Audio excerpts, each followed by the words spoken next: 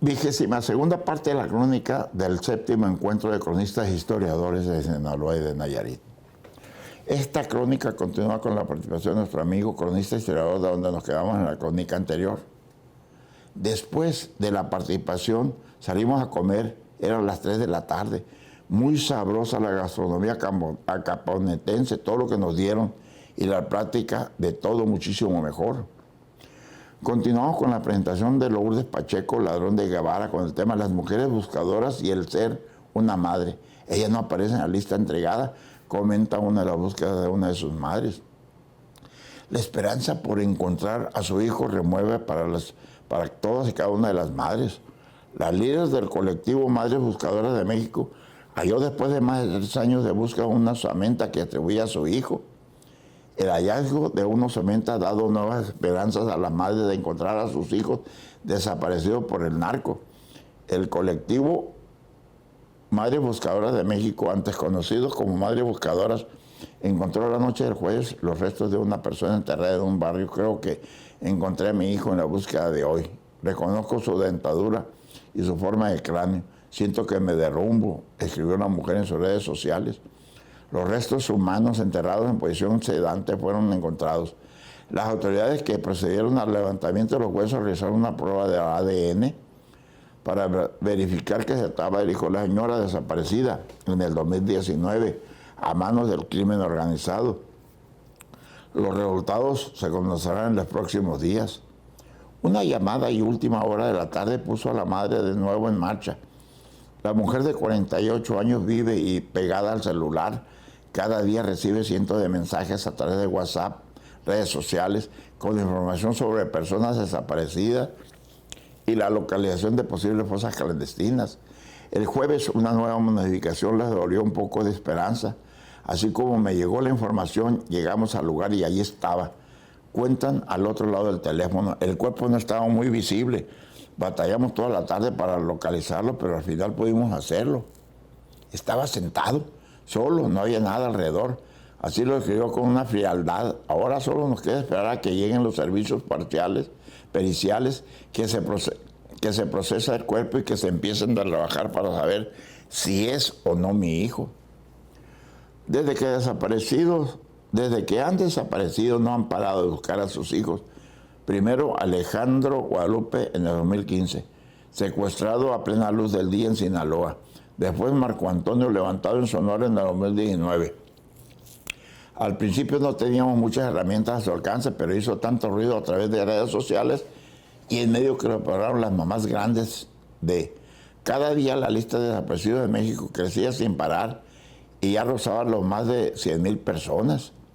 Desde que la madre se echó al monte por primera vez, empezó a retransmitir sus batidas en el desierto, en basureros, en predios y vaguadas. Tenía la esperanza de que sus hijos vieran sus videos y de que sus captores los liberaran si transmitían constantemente a través de sus face. Las redes sociales les permitieron contactar con otras madres que estaban en la misma situación que ellas, pero sus hijos no volvieron a casa. Al principio, las madres que se reunían en la búsqueda eran muy poquitas. En 3 años, Madres Buscadoras de México se han convertido en una plataforma con más de 2,000 integrantes. Ya somos investigadoras privadas, antropólogas, las que toman cuerpo, y antes no sabíamos nada, pero ahora hemos aprendido. Y somos más eficientes que las propias autoridades. A las autoridades les vale madre, ellos no investigan nada. Así lo señala la señora en una entrevista con El País. La mujer reclama el silencio de las autoridades estatales y federales, y la verdad que es muy cierto. Una indignación que ha empujado a salir a buscar a sus hijos con sus propios medios. Nadie de ellos les importa nada. El año pasado tuve que huir de su casa con lo puesto. El 15 de julio un comando llegó a la casa de su compañera Aranza Ramos en Sinaloa. La mujer de 27 años llevaba 6 meses buscando a su marido desaparecido. Fue asesinado esa misma noche. Horas después una llamada alertó a Cecilia. La muerte de Ramos era una advertencia. Ella era la siguiente. Pese a las amenazas, ha regresado todos los meses para continuar buscando a Marco Antonio. No puedo quedarme en mi casa mientras Alejandro y Marcos Antonio estén desaparecidos. llevo muerta en vida desde que se les llevaron. Para mí ya no hay Navidad, ni cumpleaños, ni Año Nuevo, nada. Pero a las autoridades les sigue valiendo madre. Ahora espero que al menos esa búsqueda haya terminado. Quiero volver a ver a mis hijos, aunque sea un puñado de huesos. Esa es una de las frases que más repiten las madres desde hace varios años. Esa y su familia por fin pueden descansar en paz. Pero eso es lo más difícil que nosotros tenemos. Les vale pura madre a las autoridades que tenemos en nuestro país. No les importa nada. Continuamos con nuestro amigo licenciado Elías Luis Chan Castañeda con la ponencia de Ignacio Díaz y Macedo, primer obispo de la diócesis de Tepic. Él es el cronista adjunto de Acaponeta, Nayarit. Obispo Ignacio Díaz y Macedo, un hombre de todo caridad y primer obispo de Tepic. El 19 de enero de 1893, 14 meses después de la fundación de la diócesis, el Papa León XIII pregonizó como primer obispo de Tepic el presbítero Ignacio Díaz Macedo, perteneciendo al clero de Guadalajara. El 17 de abril de ese mismo año recibió la consagración episcopal Díaz y Macedo, quien nació el 25 de enero de 1853 en la capital tapatía. Fue un hombre que siempre y en todas partes se distinguió por su humildad para con los demás, por su sabiduría y por llevar una vida sacerdotal de santidad dedicada a hacer el bien y propagar la enseñanza. El primer obispo de Tepic se caracterizó por su paridad vivida, él mismo como párroco de San Pedro Tlaquepaque del santuario de Nuestra Señora de Guadalajara, en la ciudad de Guadalajara, que como obispo de Tepic.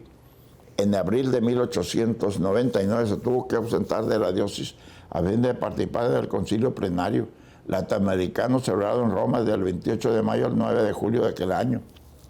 Al hacer la vista pastoral y la parroquia de Acaponeta, enfermó repetidamente grave y falleció en dicha parroquia el 14 de junio de 1905. Sus restos mortales descansan en el cementerio municipal de Acaponeta. Ni aún permaneciendo sentado junto al fuego de su hogar, puede el hombre escapar a la sentencia de su destino, dijo en alguna de sus tragedias el dramaturgo griego Esquilo Monseñor Ignacio Díaz y Macedo, primer obispo de Tepic, andando de visita pastoral por la parroquia de Acaponeta. Apenas en los albores del siglo XX, fue sorprendido por la parca justamente el 14 de junio de 1905.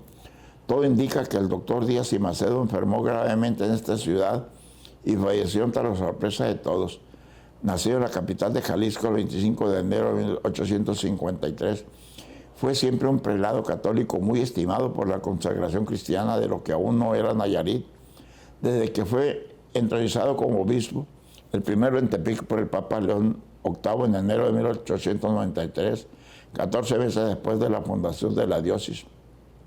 Sin duda, el más sorprendido por la muerte del destacado eclesiástico fue el párroco de la ciudad, que en aquellos tiempos era el padre Buenaventura O'Connor, el cual seguramente angustiado por el deceso del patriarca recurrió a los buenos consejos del licenciado Leonardo Rodríguez, ya que había la insistencia del jefe político del territorio de Nayarit, aún no era el Estado, general Mariano Ruiz, que exigía que los restos de don Ignacio fueran llevados a Tepic sin omitir gastos y venciendo todos los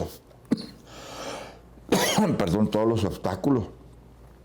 Podemos imaginar la preocupación del sacerdote O'Connor, quien luego de tener en su parroquia el cuerpo inerte del obispo, nada menos y nada más, aún tenía que soportar las presiones de los tepicenses y las autoridades gubernamentales, en que además antes de morir Díaz y Macedo como última voluntad pidió que su cadáver no se tocara y que fuera sepultado ahí, en el lugar donde Dios lo mandó llamar.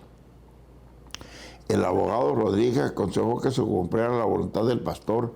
Años más tarde, justamente en 1935, Leonardo Rodríguez redactó una crónica de lo acontecido y narró lo que le dijo el cura.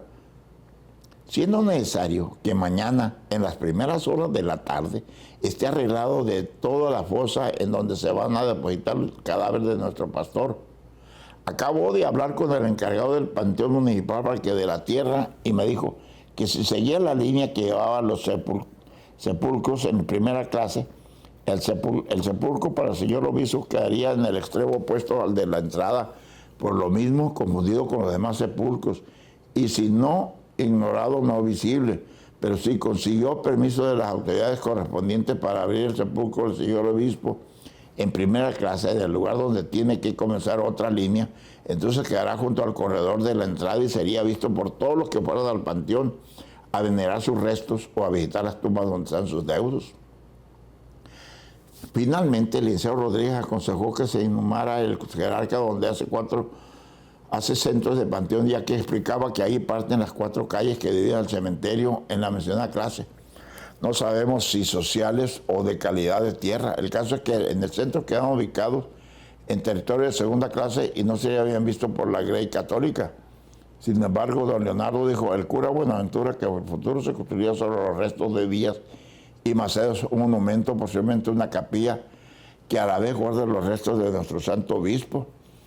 Habló a las generaciones de sus altas virtudes e inmortalizó su memoria, cosa que entusiasmó sobremanera al párroco.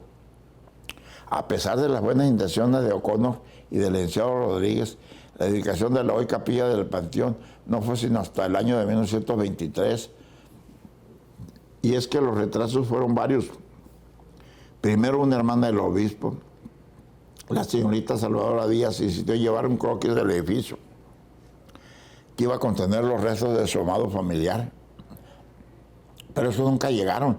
Posteriormente se vinieron las batallas, conflictos e inconvenientes de la revolución y la construcción del monumento se aplazó. Por último, en el mencionado año de 1923 se conformó una junta de notables para dedicarle sus esfuerzos para culminar el trabajo.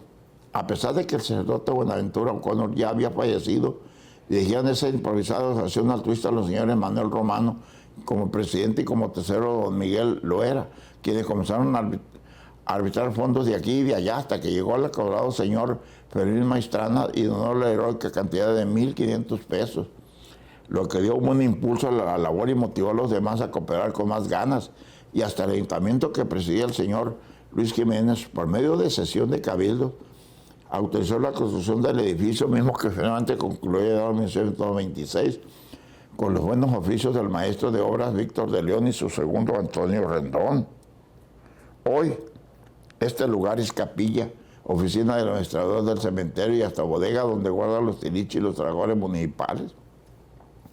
Se fueron muchísimos cronistas nayaritas a la presentación del libro y nos quedamos muy pocos en el salón donde estábamos participando, pero continuamos con el licenciado Aurelio Morán Cázares.